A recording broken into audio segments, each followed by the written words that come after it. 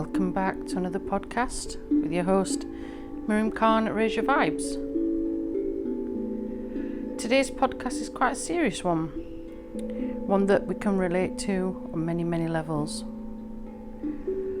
It's about dealing with narcissistic parents or narcissistic, toxic people that are in our lives, and sometimes we don't really realise, we have these people in our lives, what we can do about it, what we can't do about it, what we perhaps can do to move forward or to remove ourselves from these people if that's at all possible. All of us will have grown up with a different type of family zone, different type of environment, different type of family structure. Some of us have been adopted, some of us have, our biological parents, some of us have close relationships with our siblings. All of us have various different types of family dynamics, and in 2021 that's changed certainly. We have so many different factors now influencing all these types of family structures coming in. But one of the things that we perhaps don't realise, and we sort of realise it until we get older, is that we're often surrounded by a narcissistic parent or family member, and they can make our life very, very troublesome. Very troublesome. You'll have heard my podcast before about narcissistic partners, for example, but dealing with a parent is even more difficult because it's harder, to remove yourself from that particular scenario, because you're linked by blood, you're linked by biology, by your DNA, and often, you can't leave. Some people do manage to cut ties, some people do distance themselves successfully, and some of us sadly can't. We're stuck in that sort of situation and scenario for various reasons. When you're growing up, all of our parents, all of our family members have ways of installing discipline, installing life into us, teaching us right from wrong, teaching us about morals, teaching us about how we should conduct ourselves in the wider world, in the wider community. And often that person for us is our go-to person. They're our guru, they're our life coach, they're our person for moral guidance, they're our moral compass. But that doesn't necessarily mean that they're the right type of person to guide us.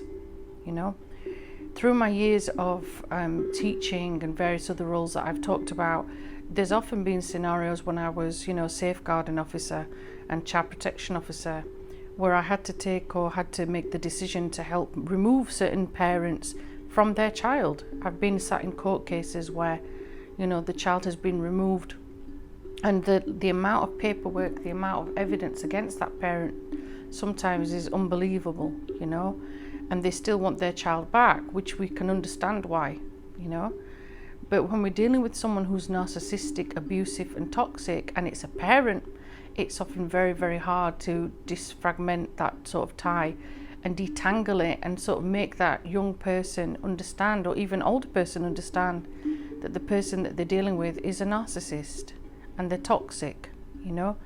They might have given birth to us, they might have raised us, but that doesn't necessarily make them the right person for us to be around.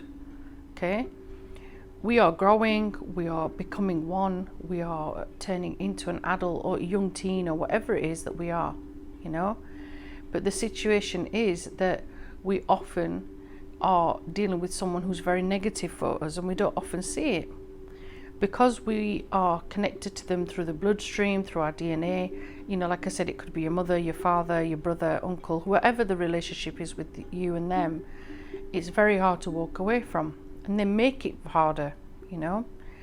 As you grow into sort of like adulthood, sometimes that can be made easier when we have different jobs, we're financially more secure, we're in a position where we're able to move away and make those decisions where we have to cut those ties with that person. That can sometimes be easily done in those sort of situations, but often than not, sometimes there are still people left in that household who can't run away, who can't escape, who can't move on. They're sort of attached to that person for various reasons, whether it's financial security or the individual has just made it very, very hard. There's that codependency between them, and they've made it very hard and very toxic to escape. It could be that we financially are unable to rent our own place, or perhaps the law doesn't allow us to, live by ourselves. Each person will be listening to this from different countries, I'm aware of that, and each law will be different, But what's upsetting sometimes is that you can be working with someone, and you can be trying to support them, you can try to help them, you're trying to encourage them to grow and to gain strength. Because when a narcissistic parent is involved, unfortunately, they attack our inner core, they attack our inner being, in our inner light. And unfortunately, instead of encouraging us and supporting us and helping us to grow, they're this toxic gas, this toxic fumes that's just surrounding us all the time, and we can't escape. We're dependent on them for whatever reason, whether it's a mental, codependency, physical, spiritual, religious, financial. It might be that, we rely upon them to keep us safe in the sense that we've got somewhere to sleep, somewhere where we've been fed, perhaps nurtured in those respects. Perhaps they've taken away all aspects from us where we can be, dependent, but instead we're codependent, and that toxicity comes in. Sometimes, we have our own friendship circles, and we try really hard to lean on those friendships. We try hard to gain some strength and some support, and we do end up, trying to be a stronger individual. We work on our issues, we work on the negative aspects for us, we try to gain strength, we try to gain clarity. But unfortunately, this toxic energy will always keep trying to claw back, will always keep trying to gain control back of us. And that's not easy either, to step away from that. The more that person sees you, happy and dependent, not codependent anymore, dependent. Perhaps you've got really good relationship, friendship, where other friendships have failed, that can be a huge source of negativity for that narcissistic, toxic parent or relative. They'll do anything they can to cut those ties with that person, showing you the negative aspects, constantly sort of putting in, not love bombing, but the opposite, hate bombing, constantly feeding the hate, constantly feeding your insecurities, saying, that person's going to leave you, that person's going to betray you, that person's not the friend that you think they are, that person will not honour their friendship, that person will betray you when you need them the most, they're not going to be there, and so on, And unfortunately, when we're in that negative circle, negative cycle, we keep believing it. For a while we are having this self-esteem that's grown, we feel ourselves rooting for ourselves, we feel ourselves being happier, we feel in a loving place, in a caring place, because that friendship, that started has shown us boundaries, it's shown us kindness, it's shown us this sort of reciprocation between two people that care about each other. It's shown us forgiveness, it's shown us kindness, which is most important, and perhaps kindness without any expectations, without boundaries, in the sense of, there's no control. The other person just loves us for us, they care about us genuinely, they don't want anything untoward, they're not after anything, they just want our friendship, simple. But the toxic person doesn't see it like that. When we're in that situation, we have a really lovely friend, caring friend. We've stepped away from that toxic, negative person. We've built some good roots, we've built some good foundations. And perhaps, that toxic parent or relative or whoever it is that's in your life sees us content, sees us happy, sees us glowing perhaps, sees that we've got someone that cares about us unconditionally. And that friendship at times is going to be tested. There's going to be things that happen with the toxic person. They will do things to ensure that friendship doesn't persist, it doesn't continue, Sometimes this happens with the adult or the person trying very hard to show, their friendship. They want also to be part of that inner group. And sometimes the other individual may be appeasing the other person. They might show some friendship, they might allow them to be part of that group, you know, because when parents are involved or a relative is involved, sometimes you show that other respect as an adult and allow them into that circle. And there are times when you have to say no as well. It's choosing the boundaries sort of wisely, you know, in these sort of situations. Then there are times as well where, you know, you and the friend may go for some time without seeing each other because life happens. You know, you work in your different jobs, you might be at college, university, whatever the scenario is. There are times when you are away. Life happens, doesn't it?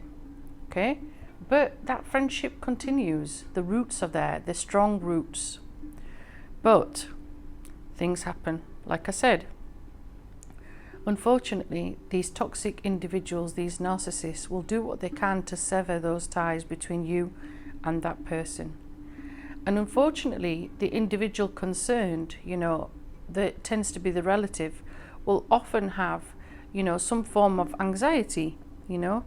They can't choose the friend sometimes. They can't choose the friendship that they want to save. And often they are pushed into a very, very deep corner where they're told or they see that, you know, from my point of view, the best thing for me to do is to end this friendship. Sometimes it happens where a fight is sort of like instigated on purpose, okay? And if you detach yourself as the person that's trying to help this person, you'll see what I mean. Okay, this might have happened to you already. Some of you might have experienced it. And in other cases, you sort of sit back and maybe all of a sudden that friendship has just ended, okay? From the individual who desperately needs you as a friend, to be honest, you know? And as much as we want to support that person, as much as we might want to cling to that friendship because we value it, we do. We genuinely value it. We genuinely see that there are deep issues in that person's life. And, you know, we are always going to stay loyal to them and their secrets and whatever foundations we've grown. But unfortunately, we have to look after our own mental health too, you know. We can't be fighting other people's battles, whether that's on a spiritual level or a mental level, you know. There are times when we have to always look after our own mental health. And there are times when, you know, individuals really do show their true selves, okay? So they might come from a place of attacking you. They might come from a place of being really rude and nasty and facetious, you know. And there are times when you have to look at those particular aspects when that friendship ends and think, is this really the person that was my friend, or is it coming from the narcissist, you know, and the toxic person?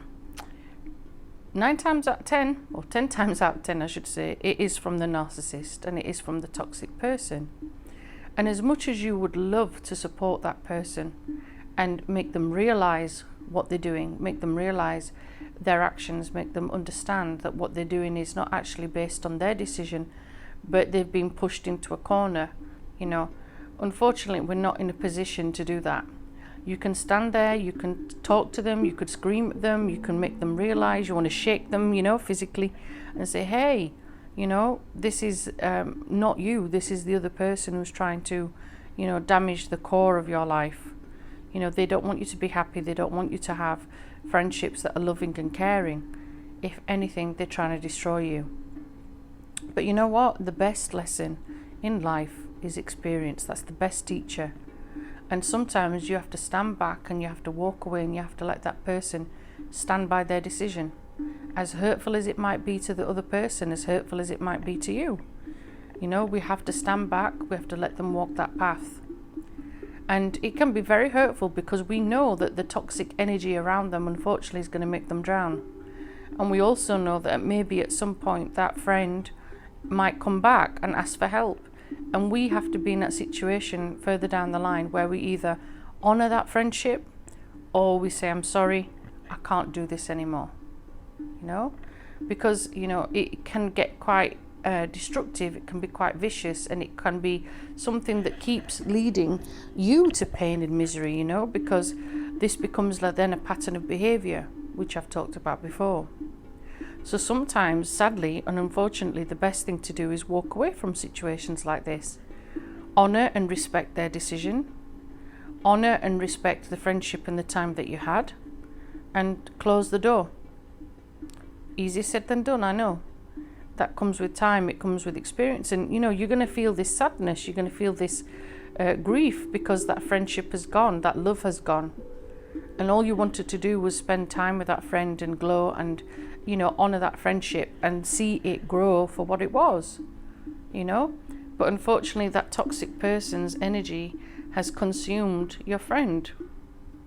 And no matter how much you try to show them the light and show them the other side, there's nothing you can do about it, because unfortunately they're in this dark place and they've decided to cut you out. And you have to honor that. As hard as it is, you have to honor that and walk away, you know. Over time you might decide to, you know, write letters, not necessarily send them. You might send text messages but not send them. You might just store them on your phone. There's so many modern ways now of, you know, journaling, for example. There's modern ways of going through your grief, because this friendship is going to cause grief. The end of it is going to cause grief to you.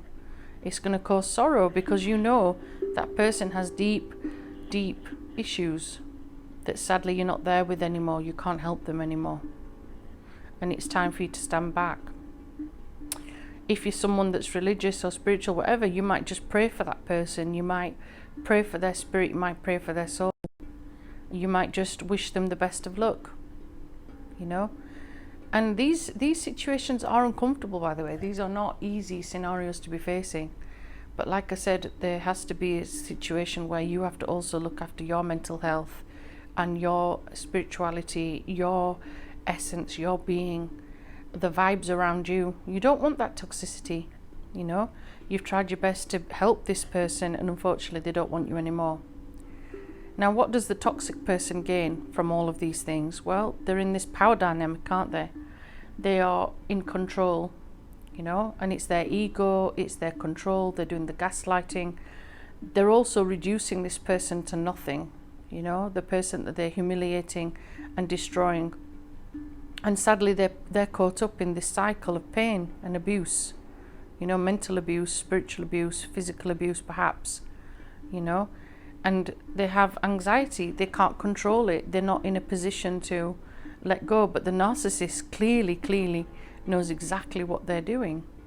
This is a huge power dynamic, you know, and it does show you their sort of allegiance as well. They want to know that the person that they're controlling is just loyal to them, you know, and whatever they click, when they click their fingers, that's what happens. You do as I say, you follow my instructions, you know. And it's hard.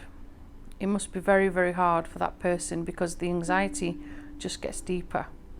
Sometimes, you know, we can help our friends with scenarios like this, with toxic relatives. Like I said, sometimes we're able to leave, but at huge prices. For example, not seeing a family member anymore, not having any connections with siblings, not having connections with family ties. And these are the things that make us, don't they? They make us feel whole. And sometimes it's very, very difficult to leave those scenarios, to leave those situations, because these are close family members.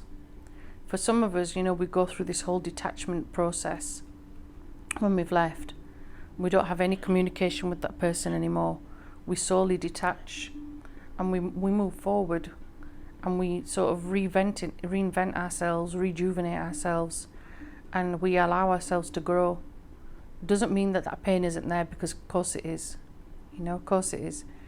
Those are successful people that manage to do that, and they have really cool friends, really cool, supportive network, loving network. So there is another aspect to that. But sadly, there are times when there are people that just don't have that infrastructure.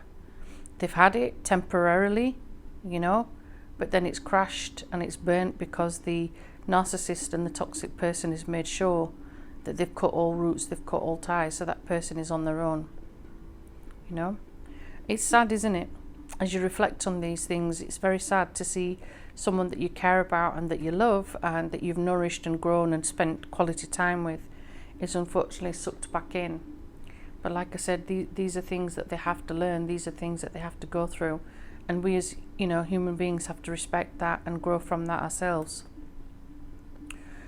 You can help yourself by, you know, grounding yourself, praying for that person, like I said, remembering the good times. Don't be sad about it.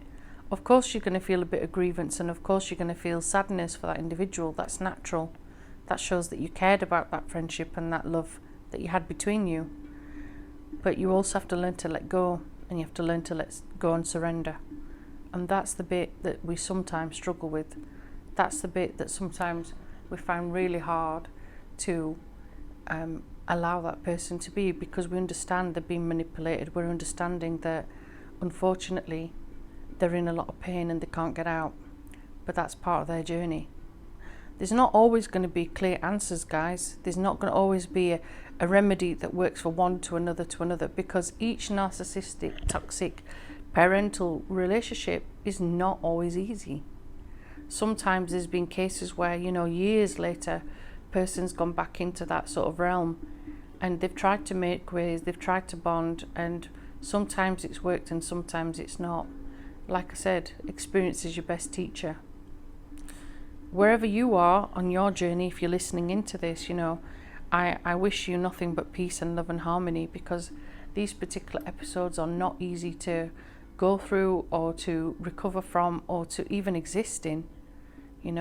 If you're someone that has that sort of friendship with someone, keep staying strong for them, keep giving them love and keep giving them blessings and keep helping and supporting them. And if they do cut ties, it is what it is, and you have to make that decision whether you stay and you support them or whether you let go. Sending your blessings, sending your healings on your different journeys with toxicity. May we all come out of it nurtured, may we all come out of it grown, and may we all come out of it healed. Take care, guys. Look after each other.